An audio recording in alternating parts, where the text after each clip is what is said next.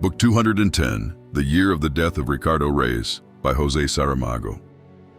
What happens when a man returns not only to a city, but to the very shadow of his own life?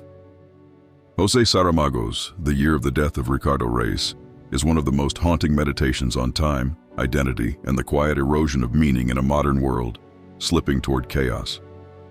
Set in Lisbon in 1936, the novel begins when Ricardo Reis, a physician, poet, and one of Fernando Pessoa's fictional heteronyms, returns to Portugal after 16 years in Brazil. But this is not an ordinary homecoming. Lisbon is draped in fog, politically uneasy, and emotionally distant. And to deepen the strangeness, Reis soon encounters the ghost of Pessoa himself, who died, according to the novel's logic, only 9 months earlier, and so not entirely used to being dead. The relationship between Reis and Pessoa's ghost is the soul of the novel. Their meetings are quiet, melancholic, and filled with philosophical sparring. Pessoa tells him, "The living have no more power over the dead than the dead have over the living."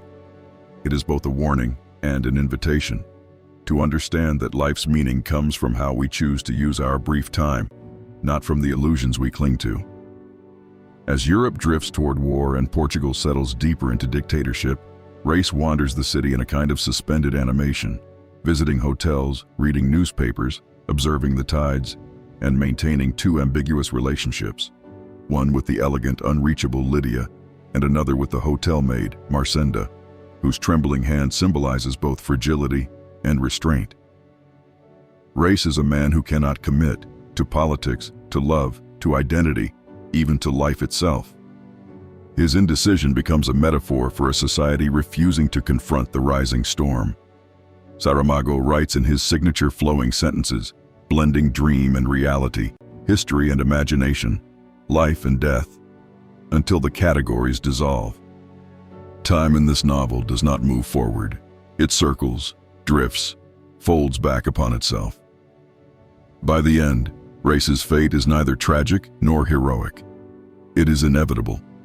When the ghost of Pessoa returns for the last time, he says simply, "No one truly dies. They just return to the place they came from."